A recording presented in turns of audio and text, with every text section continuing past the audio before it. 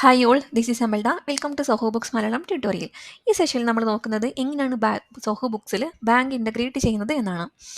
സോഹോ ബുക്സിൻ്റെ ഒരു main ഫീച്ചറാണ് bank integration എന്ന് പറയുന്നത്. നമ്മൾ വൺസ് ബാങ്കുമായിട്ട് സോഹോ ബുക്സിന് ഇൻ്റഗ്രേറ്റ് ചെയ്തിട്ടുണ്ടെങ്കിൽ നമുക്ക് ട്രാൻസാക്ഷൻസ് എല്ലാം ഡേ എൻഡിൽ ഓട്ടോമാറ്റിക്കായിട്ട് ഫെച്ച് ആയിട്ട് വരും. ട്രാൻസാക്ഷൻ നമ്മൾ ജസ്റ്റ് ഒന്ന് ക്ലിക്ക് ചെയ്തിട്ട് കാറ്റഗറീസ് ചെയ്യോ മാച്ച് ചെയ്ത് കൊടുത്താൽ മതിയാവും. ആദ്യമായിട്ട് നമ്മൾ എങ്ങനെയാണ് നമ്മൾ ഇൻ്റഗ്രേറ്റ് ചെയ്യുന്നത് നോക്കാം. അതിനായിട്ട് നമ്മൾ ബാങ്കിങ് എന്നുള്ള മോഡ്യൂളിലോട്ട് വരിക.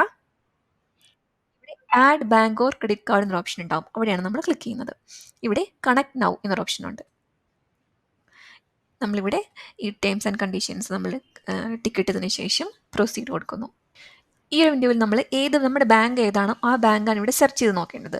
ഈ ബാങ്ക് ഇൻ്റഗ്രേഷൻ അവൈലബിൾ ആണോ എന്നുള്ളത് നമുക്കിവിടെ ലിസ്റ്റ് ചെയ്ത് വരുന്നുണ്ടെങ്കിൽ മനസ്സിലാവും.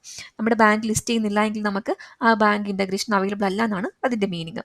ഞാനിവിടെ ICICI ബാങ്കാണ് നോക്കുന്നത്. അപ്പോൾ നമുക്ക് കാണാൻ പറ്റും ICICI ബാങ്കിൻ്റെ കോർപ്പറേറ്റും അതേപോലെ തന്നെ ഈ നമ്മുടെ റീറ്റെയിൽ ബാങ്കെല്ലാം നമുക്ക് ഇൻ്റഗ്രേഷൻ അവൈലബിൾ ആണ്. അങ്ങനെയാണെങ്കിൽ നമ്മൾ ഇതിലേത് ബാങ്കാണോ നമ്മുടെ ബാങ്ക് അത് നമ്മളിവിടെ ചൂസ് ചെയ്യുന്നു. ഇനി നമ്മൾ കൊടുക്കേണ്ടത് നമ്മുടെ ബാങ്കിൻ്റെ നെറ്റ് ബാങ്കിങ്ങിൻ്റെ യൂസർ IDയും പാസ്വേഡുമാണ്. അത് നമ്മൾ കൊടുത്തതിന് ശേഷം നമ്മളിവിടെ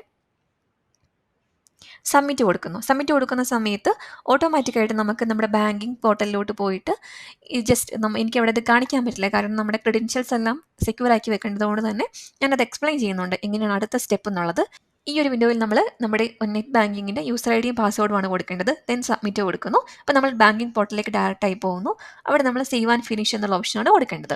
അതിനുശേഷം നമ്മളോട് ചോദിക്കും, ഒരു ഡേറ്റ് ചോദിക്കുന്നുണ്ടോ, ഏത് ഡേറ്റ് തൊട്ടാണ് നമ്മുടെ ട്രാൻസാക്ഷൻ നമുക്ക് നമ്മുടെ ബുക്സിലേക്ക് വരേണ്ടതെന്നുള്ളതാണ് ഇവിടെ ചോദിക്കുന്നത്. അപ്പം നമുക്ക് ഇപ്പം April 1 നമ്മൾ ട്രാൻസാക്ഷൻ നമ്മുടെ ബുക്സിലേക്ക് വരണമെങ്കിൽ നമ്മൾ March 31 ഡേറ്റ് ആണ് കൊടുക്കേണ്ടത്. അപ്പം അതായത് നമ്മൾ കൊടുക്കുന്ന ഡേറ്റ് നമുക്ക് വരുന്ന ഡേറ്റിൻ്റെ തൊട്ട് തലേന്നത്തെ ഡേറ്റാണ് നമ്മളിവിടെ കൊടുക്കേണ്ടത്. ആ ഒരു കാര്യം ഓർത്താൽ മതി.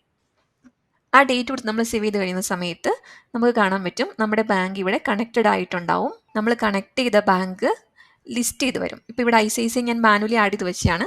ഇതാ നമുക്ക് മാനുവലി ഇത് ഇൻ്റഗ്രേറ്റ് ചെയ്തതാണെങ്കിൽ നമുക്കിവിടെ ബാങ്ക് കണക്റ്റഡ് ആയിട്ട് വരും. നമ്മുടെ വൈഫൈൻ്റെ ചിഹ്നം പോലെ ഒരു ഗ്രീൻ കളറിൽ ഒരു വൈഫൈൻ്റെ ഒരു ചിഹ്നം ഇവിടെ വന്നിട്ടുണ്ടാവും. അതാണ് നമ്മുടെ ബാങ്ക് ഇൻ്റഗ്രേഷനെ പറ്റി നമുക്ക് നോക്കാനുള്ളത്.